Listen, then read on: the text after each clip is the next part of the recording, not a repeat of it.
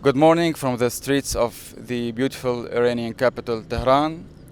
When the war on Lebanon, the fallout war, was declared by the Zionist regime last September, all the embassies in Lebanon issued a warning for their people to evacuate Lebanon immediately. Few media warriors decided to come to Lebanon immediately after the war started to help in the media effort revealing the atrocities committed by the Israeli regime in Lebanon and understanding how the heroic resistance was able to repel the invasion and stop the Israeli aggression. Today, I'm joined by Dr. Mohammad Marandi, who was one of those few warriors who came to Lebanon immediately after the war started, and we were able to film many important pieces from Dahiya under the the Israeli attacks, and when the Secretary General, martyr Sayyid Hassan Nasrallah, was martyred, we were also able to reflect how the people of Lebanon and the people of the resistance in general, the people of Palestine and Lebanon and Iran, with our friend Laith Marouf, we were able to reflect how we are feeling and how steadfast we were after the martyrdom of our leader in Lebanon. Today, I was granted this opportunity to come to Tehran. After the war, only few journalists were able to come here, and I'm also very fortunate to have Dr. Marandi with me. We are right now going to a beautiful coffee shop nearby, and we'll be discussing lots of things. What do you think that the most important things we should talk about today? I think perhaps the most important thing that we should stay focused on is that the Holocaust in Gaza continues as we speak. It's never stopped. During the war on Lebanon, during the war on the Iranian people, during the war on the Yemeni people, during all these atrocities that have been carried out against the people across the region by the Israeli regime, by the American regime, by NATO, by their regional allies, or with the help of their regional allies, the Gaza Holocaust continues. So we always have to keep that in mind. But in addition to that, I think it's clear for everyone now who the supporters of Palestine are, who is sincere about Palestine, who makes sacrifices for Palestine, and who are the pretenders. The pretenders are in Doha, they are in Ankara, they are in the United Arab Emirates, they are everywhere in the region. Some of them talk a lot, some of them say very little, but all of them are collaborating with the Israeli regime. All of them either have embassies, or they have trade, or they transport vital necessities. They've normalized, or they're secretly normalizing. But during this 21 months, they've always been with the Israelis, pretending to be supporting the Palestinian people because they have lots of money. They have people across the world. They have influencers. They have media. It's not just the official media like Al Jazeera or Al Arabiya or TRT. It is a huge network of people and media outlets that pretend to be supporting Palestine, but in reality their focus has always been to attack the resistance. It has always been to attack the axis of resistance. And while Hezbollah gave martyrs, they tried to diminish and or refute Hezbollah's sacrifices, or they tried to ridicule the resistance in Lebanon. The same is true with Iran. The same is true with Yemen, where in fact, what they're really trying to do is they're trying to draw attention away from the fact that they're doing nothing, and in fact what they're doing is the exact opposite. Exactly. So I believe that we're gonna discuss this more deeply. We're gonna invite you to a coffee because last time in Lebanon we had a coffee under the drones. Thank God today in Tehran there are no Israeli drones because we didn't have coffee. We had ice cream. oh yeah, exactly, we had ice cream. So today let's hope that they will have ice cream here, and thank God the Israelis are not hovering above us because the Iranians are deterring them from doing so. Alhamdulillah. Alhamdulillah. We're not worried. Alhamdulillah.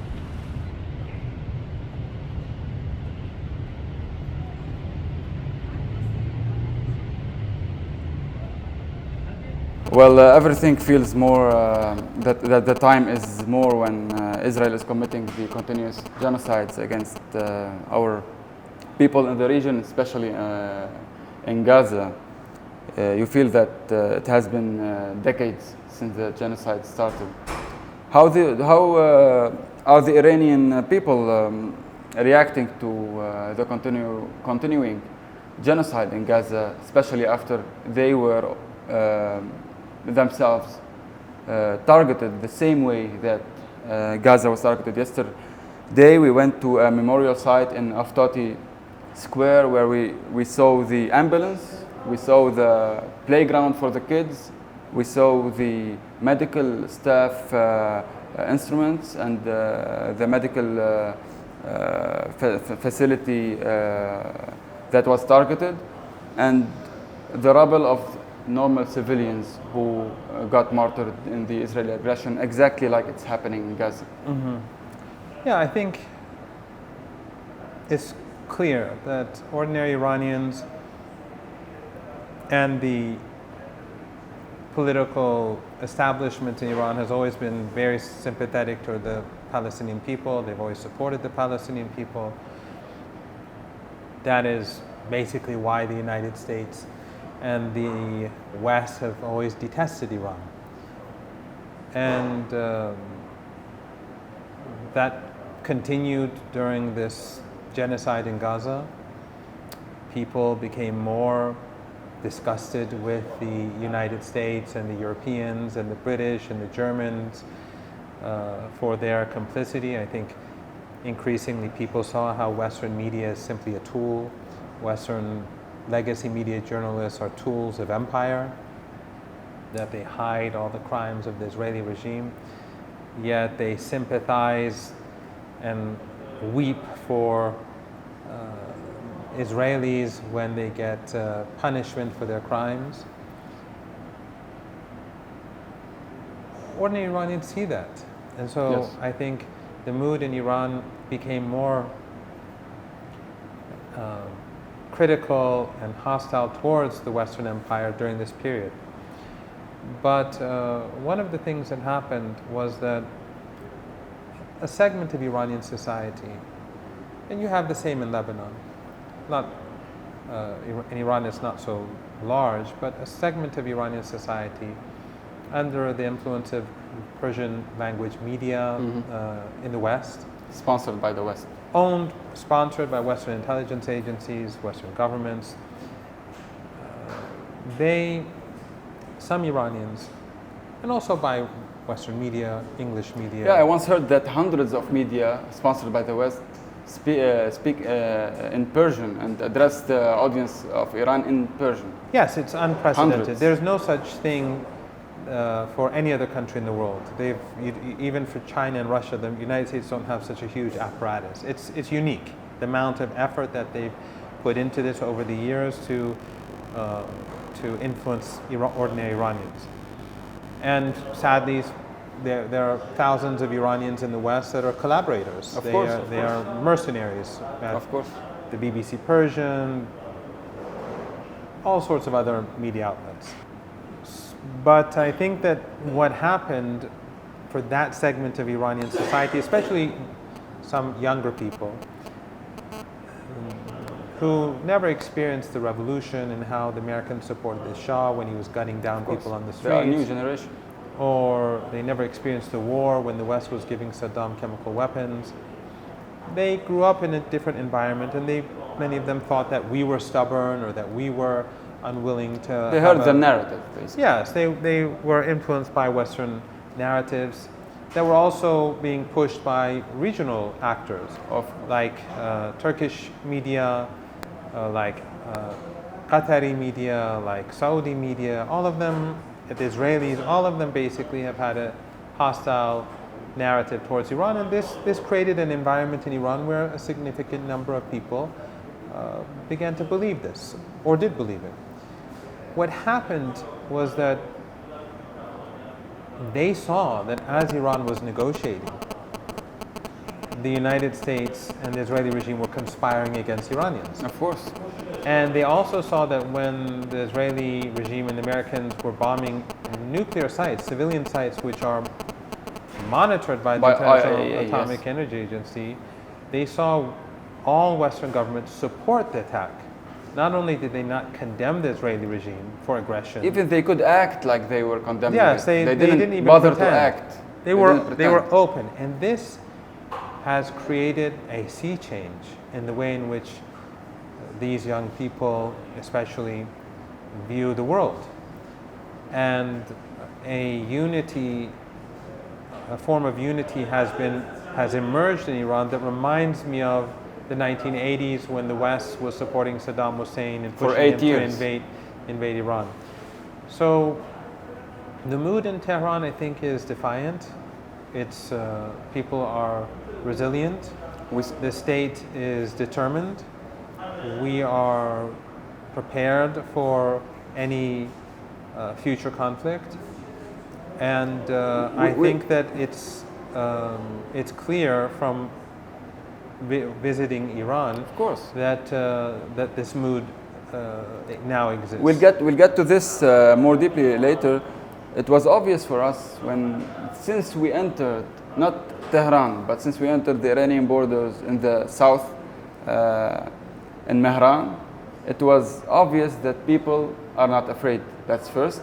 People are. We felt unity. Everyone is talking the same language. That we need to be steadfast, we need to resist this aggression against Iran, and we need to all, in this particular moment, be with our nation against the aggressors.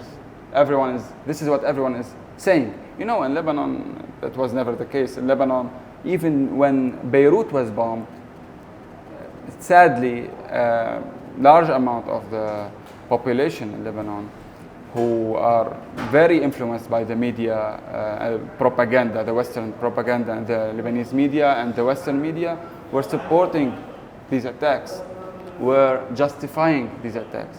Here in Iran, I was very happy to see that it was never the case. Even I met, you should know this, that I met many people who are not with the regime, but they I wouldn't say regime. Regime is a Western term. Okay, with the leadership, with the state, with the state. Government, with the administration. They are let's say, they consider themselves as an opposition, a political opposition. They were even more calling for the leadership here to attack back, and for the Iranians to be unified more than the other ones who sometimes were justifying, like, no, we need to do some repairs, we need to calm down. So yes, actually, the most important, or the most important criticism that we hear nowadays is, why did we accept a cessation of hostilities? Yes, I heard this. And I have students who over the years, they were at the University of Tehran, who've contacted me, who've called me, who've sent me messages saying that we were wrong. We were wrong about everything. Or I was wrong, but collectively we were wrong. And many of them don't even know each other. They're just, from different generations of students at my university. And that Ayatollah Khamenei was right all along to be very skeptical. And as I said, this has created a sea change in mentality among elites in particular, because elites are the ones who often pursue politics more than others. Ordinary people, they struggle to, their daily life. Their daily lives. Everyone does, but their job is something else. But elites often have more time. This is the role of the media in Iran, and we're going to come back to how the Yeah. media in Iran is raising awareness. The point I want to Yeah, make is sorry. that just to, go back to Lebanon. When you speak of Lebanon, I think it's fair to say that you're correct that many Lebanese have always been against the resistance, but these are the same Lebanese people who were supporting the Israelis when they occupied In the Beirut in 1980s, 1982. yeah. They were the ones who supported Sabra and Shatila the massacre. massacre in Sabra and Shatila. So, that segment of Lebanese society is they're no different from Zionists, and therefore we can't expect anything different. And there's, of course, those who are linked to They Western are only embassies. Lebanese by name. Yes, and there are those who are linked to Western embassies, Western NGOs. They just like when I speak with Western journalists, mainstream media journalists, in private they all know what the truth is. Oh, But really? when they all of those who I know, I guess almost all of them, I can't say all, but almost all of them. So when under the Behind the camera, they speak what. when you and I went and we were visiting Dahiyat during Yes. the airstrikes. with you our made- friend Laith Marouf. I don't want you to name anyone. Do you remember a person approached me and that person said, I know you well. I remember. He said, we were I'm- standing on the rubble of the well, building. I'll remind you after this finishes. Okay. And then he said to me, I'm not like the others. And he wanted to, or she wanted to tell, I remember. that person I remember. wanted to tell me that, so people know what's going on. And of course, I thank that person. But the point is that in the Western media and in the Arabic media, in Al Jazeera, in Al Arabiya, in TRT, they know the truth. They play with the truth depending on their interests, but they all know the truth. So those who oppose the resistance in Lebanon are either, those They have- killers or the Oh. relatives of those fascists. Murderers, yes. Or they are people who have a financial interest. They are linked to the empire. After all, we have the largest U.S. embassy in the world in our country, or the second largest then after you the have one more in Baghdad. NGOs in Lebanon than you have Lebanese citizens. Yeah, we shouldn't be very proud of this. Well, Lebanon has much to be proud of. The resistance, Hezbollah and all of its supporters, which exists in all the different ethnic and religious groups, they are the pride of the world. And the sacrifices that the resistance and its supporters, again, Christian, Muslim, Druze, everyone, the sacrifices that they made for Gaza will be remembered in history. Hezbollah and its allies did not struggle for themselves. They fought to protect Gaza. They fought to draw away Israeli forces from Gaza to put pressure on the regime to end the That's genocide. correct, So their sacrifices were unique in the world. And we saw how they were Erdogan. If you recall, Erdogan was saying that Israel wants to attack Lebanon, and he was saying, pretending that if they did so, we may get involved. Everyone has been exposed. All of these hypocrites, from Doha to Morocco, from all these leaders in the so-called free Yes, world in the West, that- all just- of those who spoke about human rights and human They sell values. wars and They've been exposed to be not only liars, but they've been exposed to be genocidal or enablers of genocide. collaborators at least. At least they are collaborating in making the genocide Or continue. at least silent. Yes. Yeah, at least silent. We know that, for Even example, silence is collaboration. yes, of course. Even silence. In genocide, it's all a form of collaboration. We know that all these countries are hosting U.S. bases. They are assisting the United States through the radar stations across Through the region. interceptor bases that they are putting in their Everywhere. countries. Those radar bases help the Air Force, the interceptors, to defend the Israeli regime, and they help the Israeli regime carry out strikes against Iran or the Americans. So, whether it's the Incirlik Air Base in Turkey or CENTCOM in Doha or elsewhere in the region, they're not just supporting Israel, they're actively participants in the crimes being committed by the Israeli regime. I believe this to be very true, and this what brings us back to the role of the media in this war. It was very important how the media in the war against Iran and in the Iranian response played a major role in showing the world that the Israelis were not the strong side this time, or were not the side that is doing whatever they want without being punished by the Iranians. Personally, from South Lebanon, we witnessed how the Iranian missiles were flying in the skies above Lebanon and hitting the bases in North Palestine and in Central Palestine. From my village, I was able to see this, and I posted about it many times, and it was, you could never imagine how the morals of the people, how the people of South Lebanon, after all the atrocities that happened in South Lebanon, and that they are continuing until our days, today, yesterday, and the day before, every day South Lebanon is struck by drones or by airstrikes, and sometimes by demolitions on the borders. The morals went above the missiles that were striking Israel, and the people were shouting Allahu Akbar. They were very proud of the Iranian response, and they were very happy that the Israelis are getting the punishment. And the most important thing is that we received the videos from inside the Zionist entity of entire blocks leveled to the ground. And this is, I believe this is the first time that Israel endures such response and such yes, it is unprecedented. But even more important, I think, was the fact that Thank you.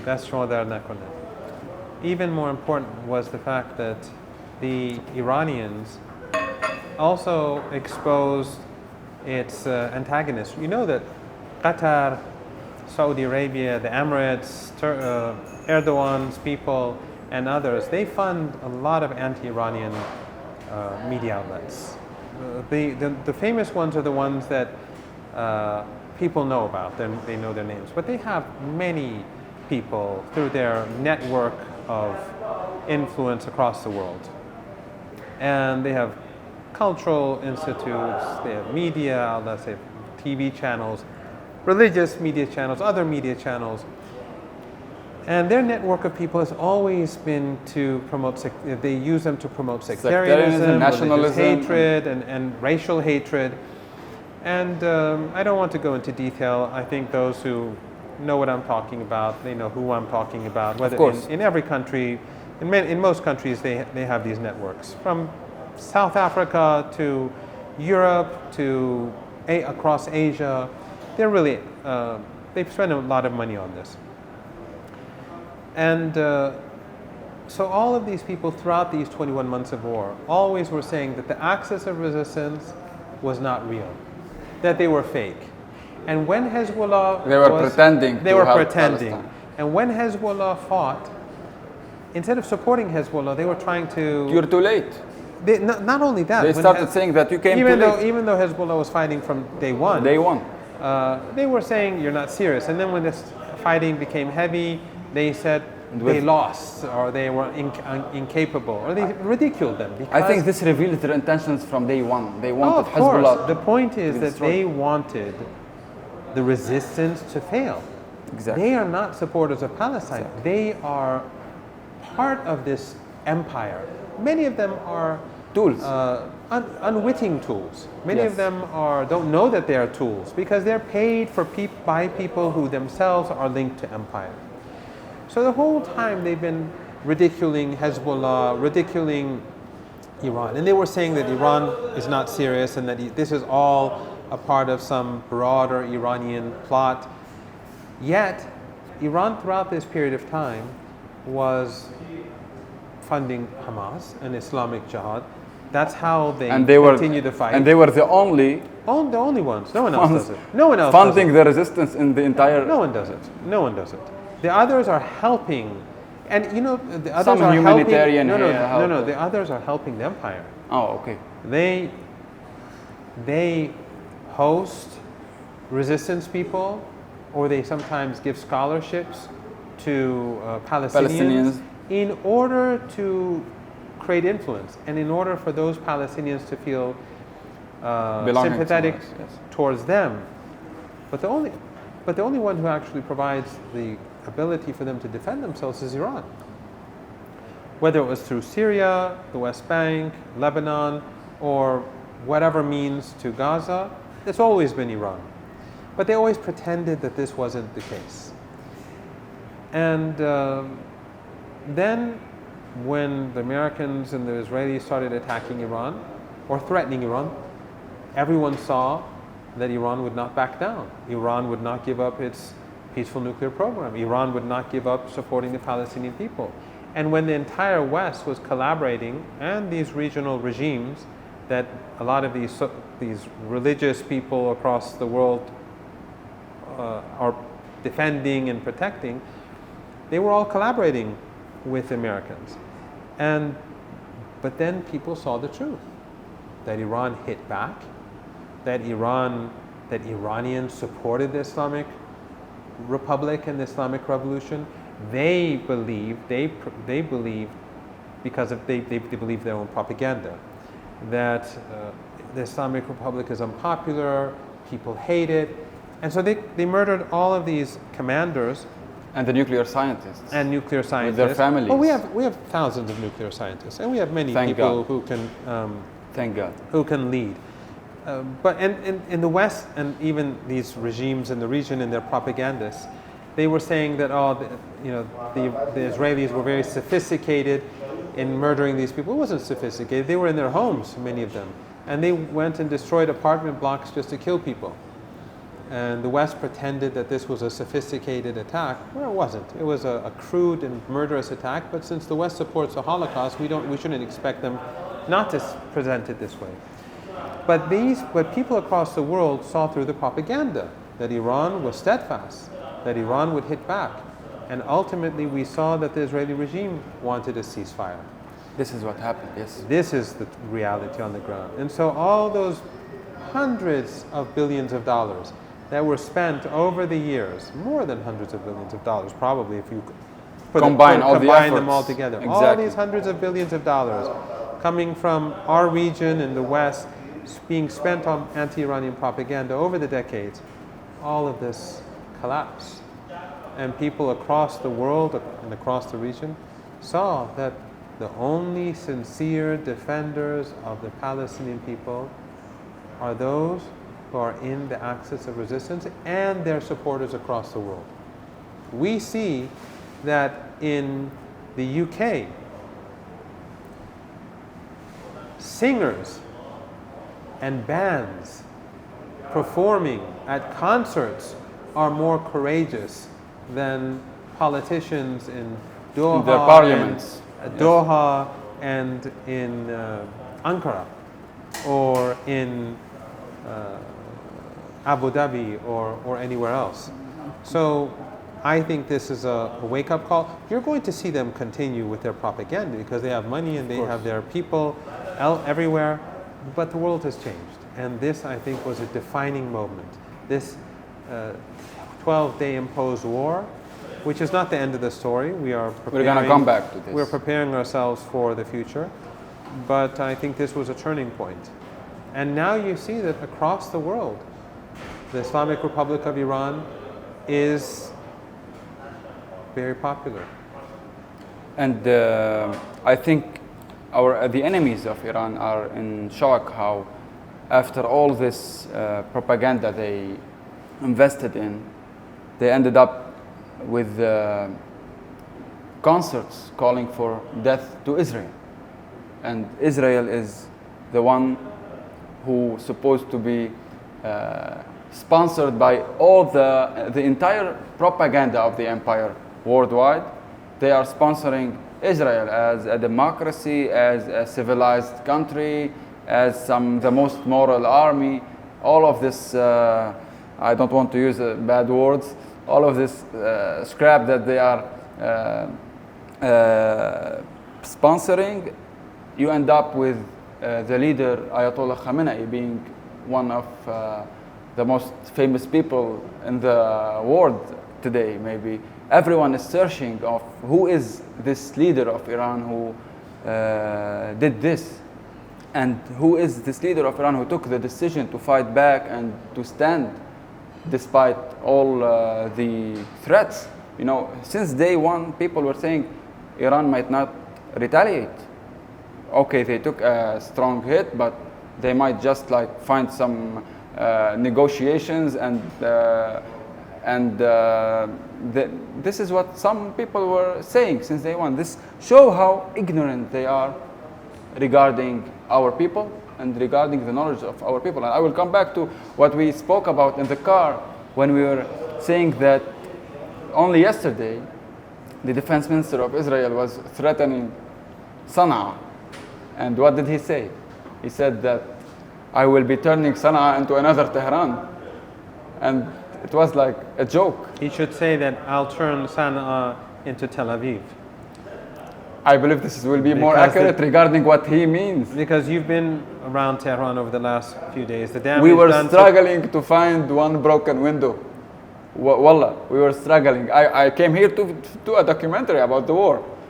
I was very frustrated, like, okay, how can I do a documentary about the war while I'm struggling to find any trace of the war? They carried out murderous assault. They did. Slaughtered ordinary people. But the amount and the damage, yeah. the murders were largely on the first day, where Iran was caught off guard.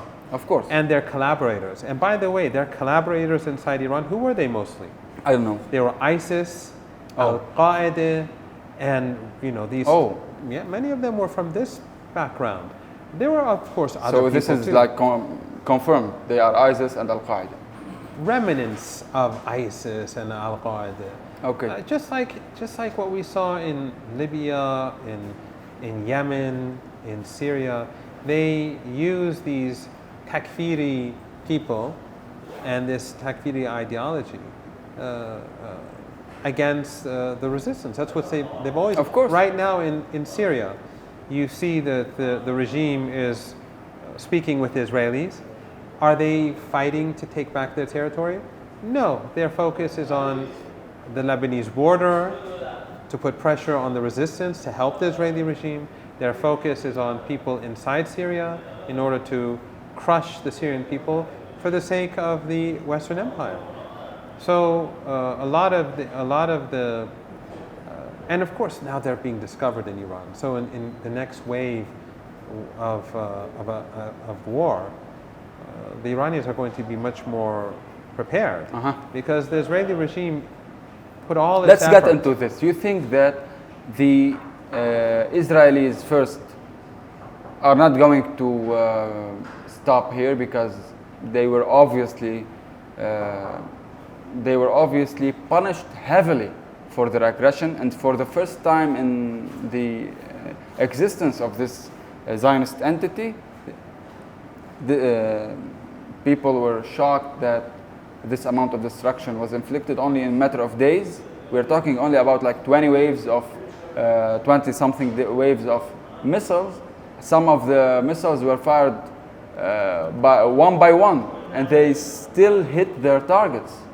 And it was amazing how things went from the Israelis claiming that we have the most important layers, multi-layered system of air defenses in the world, into not being able to intercept one missile with multi-warheads that was fired from Iran and hit its target in Beersheba.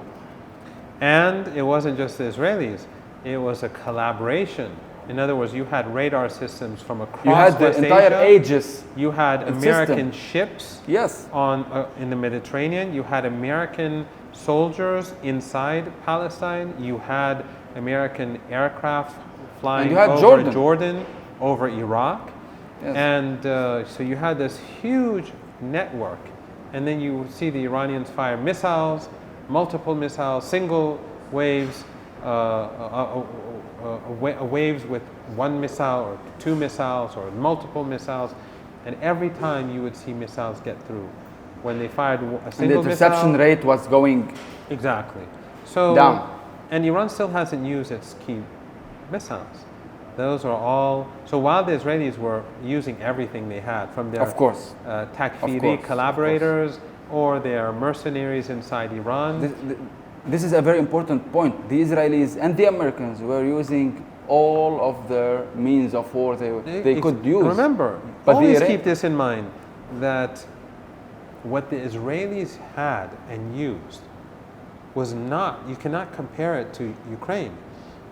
Zelensky could only dream of the weapon systems that the Israelis used. So Zelensky, with the weapons that he's had and has, he has been fighting the Russians for 3.5 years.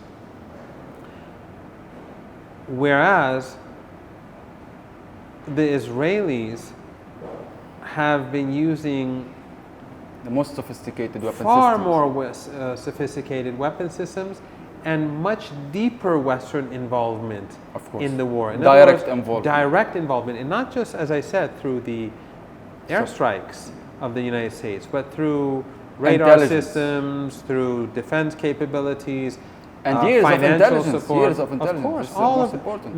the intelligence support that the West gives to Israel is unparalleled. All of our neighboring countries, Western embassies there are collaborating. In our own country, they're collaborating. Non-Western countries are collaborating with the Israeli regime. And so when you take that into account, and the Israelis did everything that they had, their mercenaries, the Takfiri people that they had recruited in Iran, many of them non-Iranian. As you know, Iran is the most refugee-friendly country in the world compared to its population. I heard like 6 millions are in Iran, about 6 millions or maybe I don't less. know the exact numbers. Some say it's higher than that. But, even higher. But the point is that compared to the population of the country, it is the highest in the world. Okay. And they use people from among them. They use ordinary Iranians. Of course, the refugee population in Iran are overwhelmingly very decent people. And but the point is that when you have these unregistered immigrants or you have illegal immigrants, whatever terminology you use, it's much more difficult for the government to maintain full control and to know exactly what's going on. But now their efforts have redoubled. And ordinary Iranians and refugees or immigrants in Iran, they are working with intelligence agencies to root out these people. So the point is that the Israeli regime gave everything it had. And it was a blitzkrieg attack. Now the Iranians are preparing for the next round, because this Zionist regime is not a regime that accepts cessation of hostilities or that abides by ceasefires, as we see in Lebanon, as we see in Gaza. The West, whatever they do, the West will support it. It was humiliating how the ceasefire happened while the Israelis were still digging in Beersheba to remove the rubble from and to try to rescue people, settlers, from under the target that was targeted in Beersheba, and it was later revealed that it was a place for some intelligence unit, and they also officially claimed that one officer was killed in the attack, but more than 12 to 13 settlers and colonial and I don't know what's and officers, and maybe maybe all of them are soldiers. We don't even know the real numbers, just as we don't know how many Israelis were killed in the war. So you think the numbers are not correct? I don't trust anything that they say, because, for example, when the Israelis were fighting Lebanon, afterwards there was, I tweeted this, but I don't remember which newspaper it was from the Israeli regime. One of the media outlets in Israel said, we have 6,000 families that are mourning. And they never admitted any number. They never gave numbers. So obviously, if you accept that, then the number of casualties that they had as a result of Hezbollah, I don't know if it was 6,000, but it was a large number.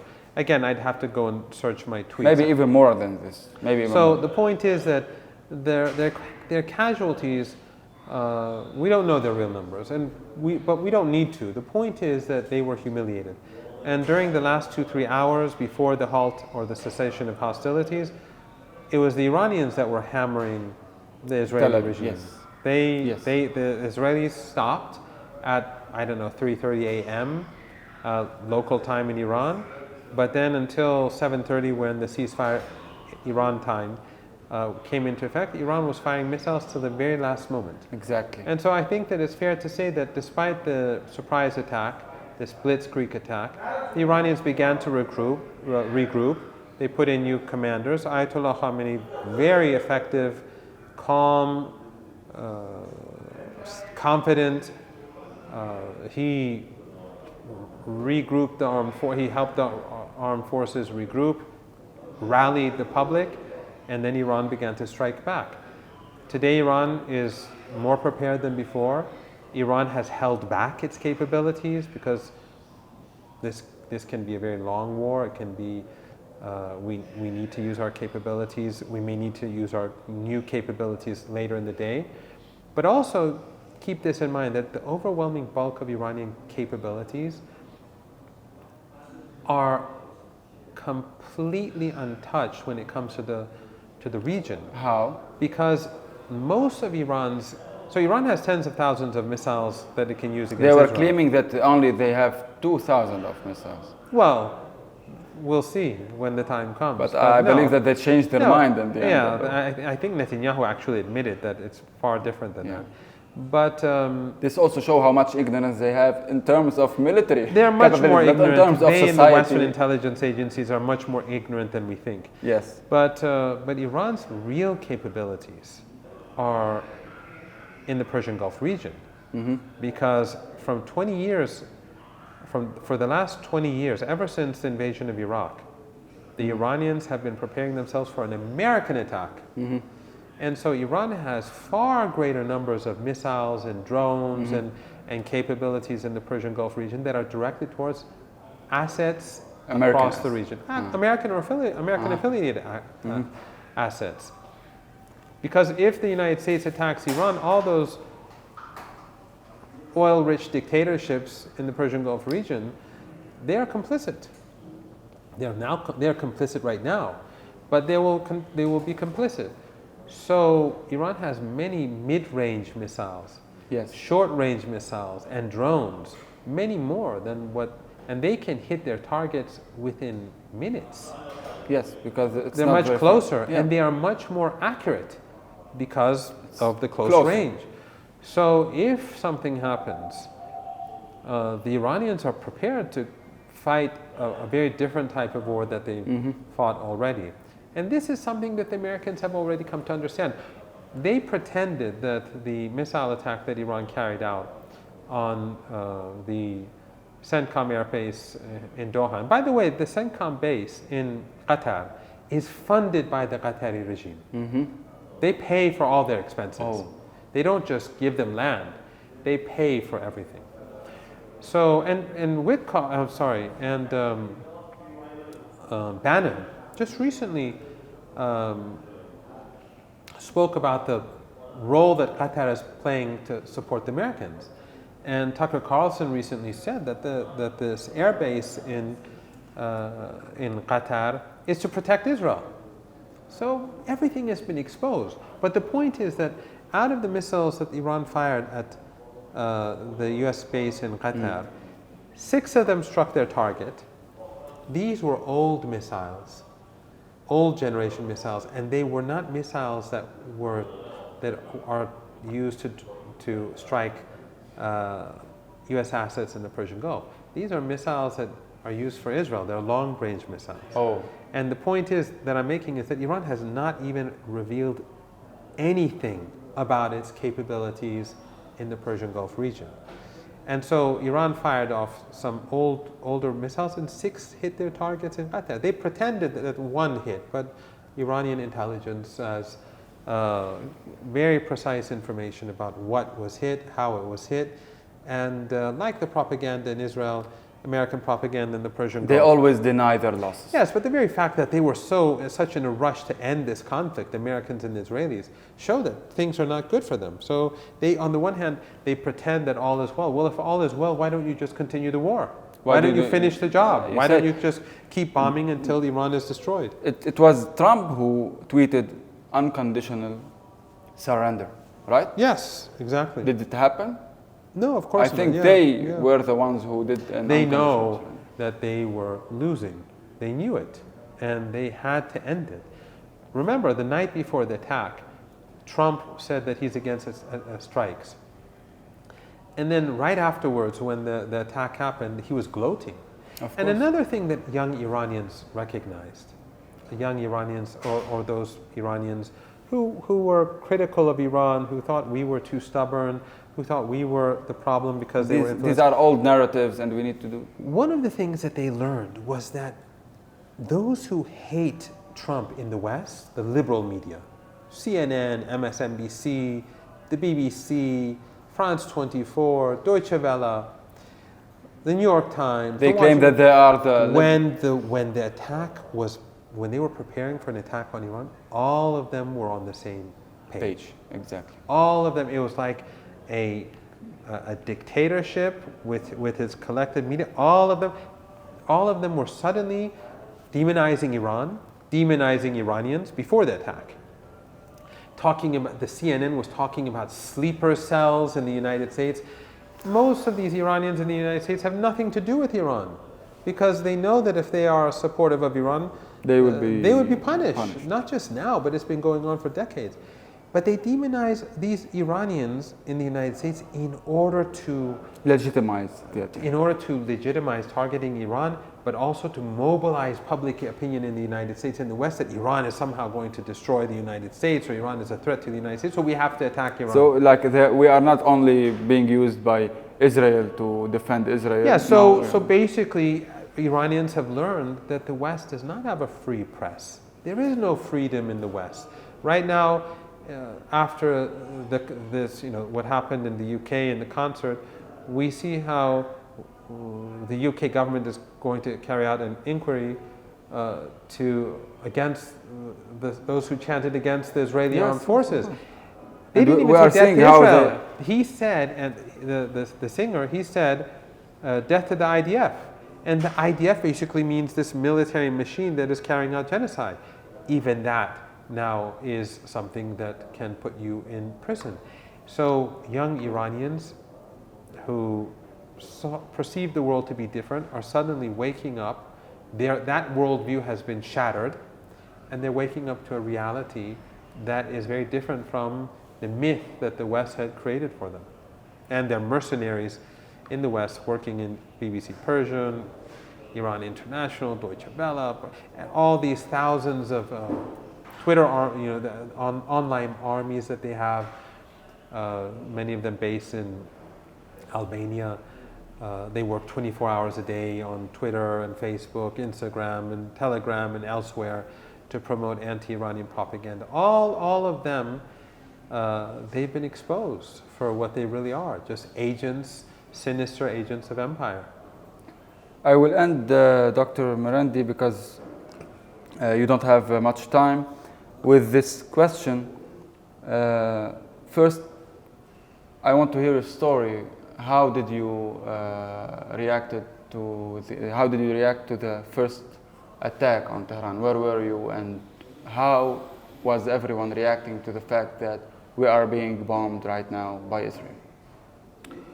I was at home, and when the strikes began, it was a very difficult time, the first day especially, because many Iranians,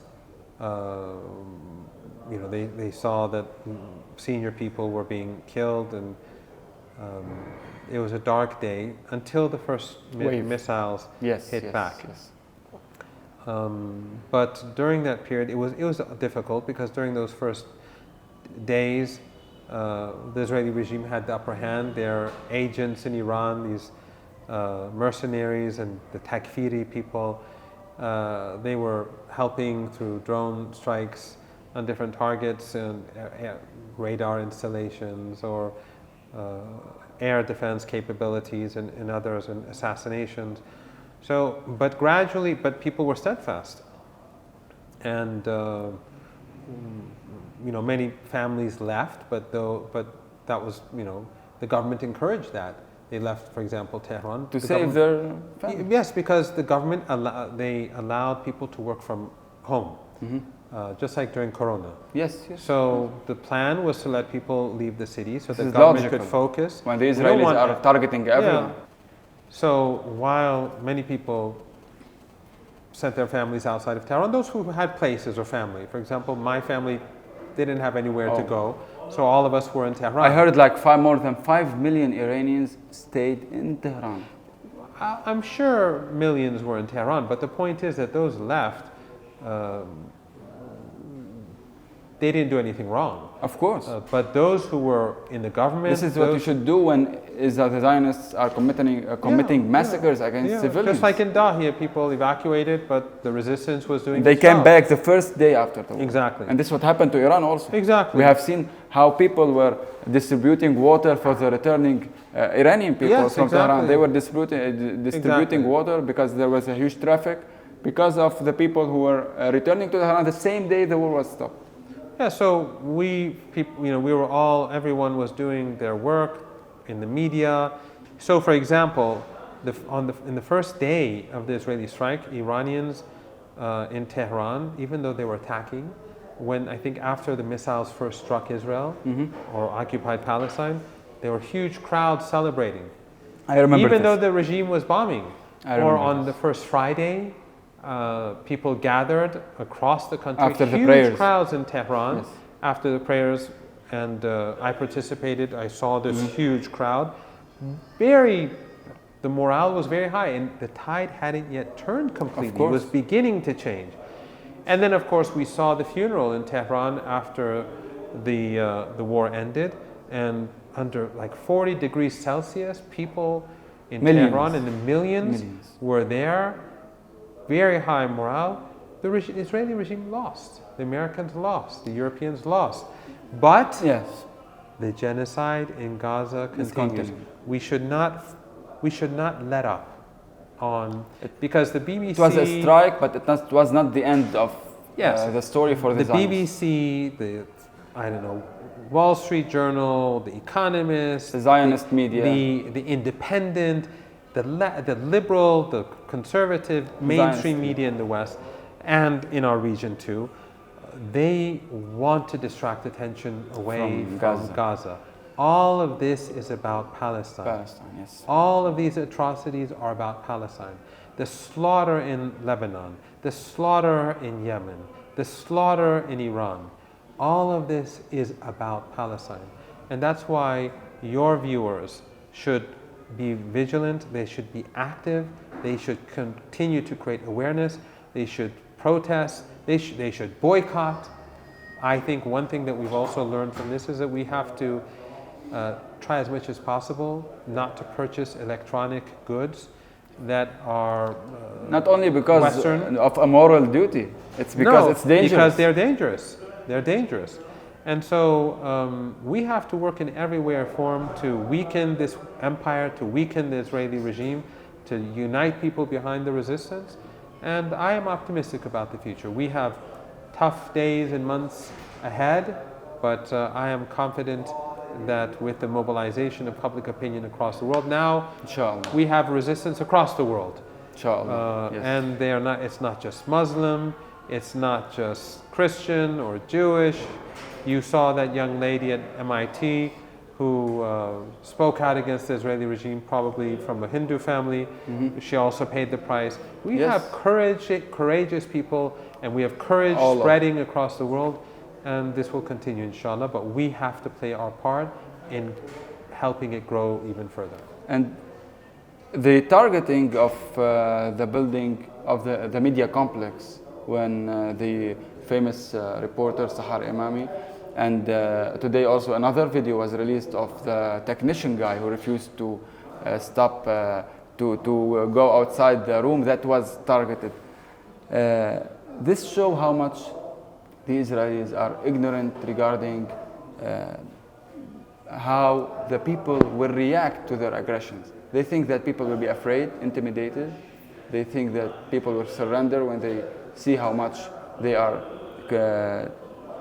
committing terrorist acts without even thinking about being punished.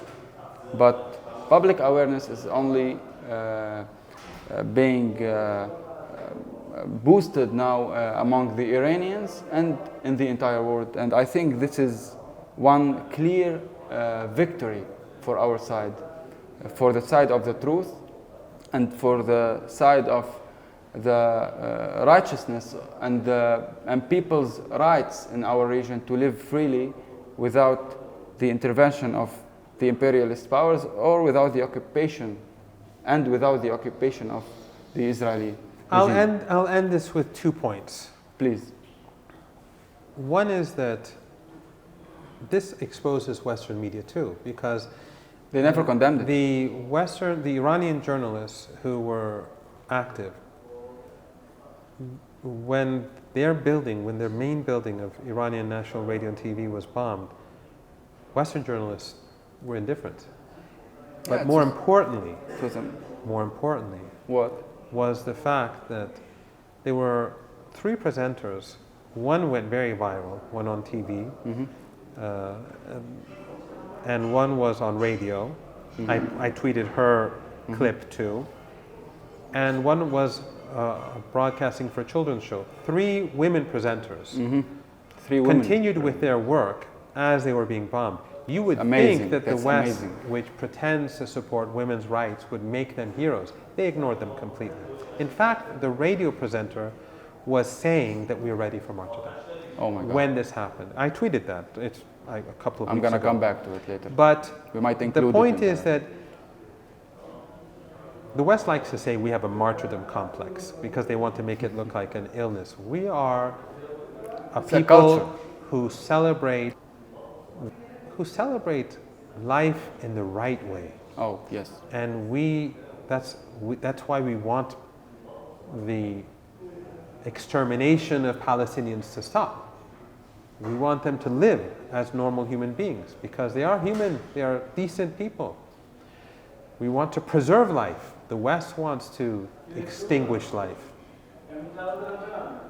But this lady who was speaking on radio said, we are ready for martyrdom. We are in the days of Muharram right now. And the martyrdom of Imam Hussein comes on the 10th day of Muharram, which is 4 days from now. We're on the 6th right now. And then the day before, of course, is the two last days are important days in the Iranian calendar, Tasu'a and Ashura, the martyrdom of Imam Hussein in Karbala. Iran is an ancient civilization, both before and after Islam. And this is something that the West doesn't appreciate. But Iranian civilization is deeply influenced by the culture of Ashura and by Imam Hussein and his sister Zainab. And the sacrifices that they made for the oppressed and the marginalized during their era. And how they refused to bow to the despot of their era. They and he, Imam Hussein, his family, his companions in Karbala. And on that day before being martyred, he had a choice to submit or to be martyred. And the famous chant that we have in Iran that all Iranians repeat during the days of Muharram is Hayhat minna danna. And that we will never accept humiliation. No to humiliation. We are far away from humiliation. This is something deeply embedded in Iranian culture. And then, of course, the role that his sister, the sister of Imam Hussein, also another grandchild of the Prophet, of the Holy Prophet, how she was steadfast when the family of the household of Imam Hussein and his companions were arrested, and how she spread awareness despite all the threats and in captivity, and how they tortured their families. She was always steadfast. This is deep, this chapter in history is deeply embedded in the Iranian culture and ideology. And you can see that in Lebanon too, and Hezbollah, the resistance. We will never accept humiliation, and we will never allow them to exterminate the Palestinian people. It will not happen. And this is something that is deep inside us, and something that the West cannot comprehend, and the collaborators of the West cannot comprehend. We celebrate life. We want Palestinians to live on their land. We want them to live in ease. We want their rights to be restored, the rights that they had a century ago that were taken away from them by the West. But we will not accept humiliation, and we are willing and prepared to make the ultimate sacrifice. And that is what these women were doing in the studio, and the technicians, and the others, and those who are, we do not know, who were just as courageous. So Israel has already lost. Israeli collaborators have already lost. The West has lost. Their collaborators in the region who pretend to be supporters of Palestine, they've all lost. Those who succeeded are those who are with the resistance. I remember during the first few months of the genocide in Gaza, there was a single woman in Seoul every day standing in front of the embassy, the Israeli regime embassy. Yeah, one woman. One woman. I don't know who she was. Some Yeah. Korean woman. These are the people who can hold their heads high in this world and in the next. That's correct. Because they were steadfast. And today that woman became. they are women. Whether in Korea, whether anywhere in the world, the tide has turned. And things as we move forward will get worse for this evil empire, this axis of evil, the real axis of evil. Things will get worse for them. Again, Inshallah. as I said earlier, we'll have tough days ahead, tough weeks ahead, tough months ahead, but there's light at the end of the tunnel. We have faith in God. We are fighting for the right cause, and we are victorious in life and in death. This was a special episode from Tehran with you, Dr. Marandi. I hope that the audience of Free Palestine TV will find this discussion beneficial and useful to understand what's happening in Tehran from the ground without being subject to the filters and the gates that the imperial powers and the imperial media always use to manipulate the public opinion in the West. I hope this was revealing some of how the Iranians are steadfast and continuing their struggle despite all the atrocities and despite all of what's happening. I thank you again, and I wish that we will also have another opportunity to meet in Beirut another time, inshallah. Inshallah. Inshallah. Inna ma'al usra yusra. Inshallah. Thank you for your time. Thank you. Thank you.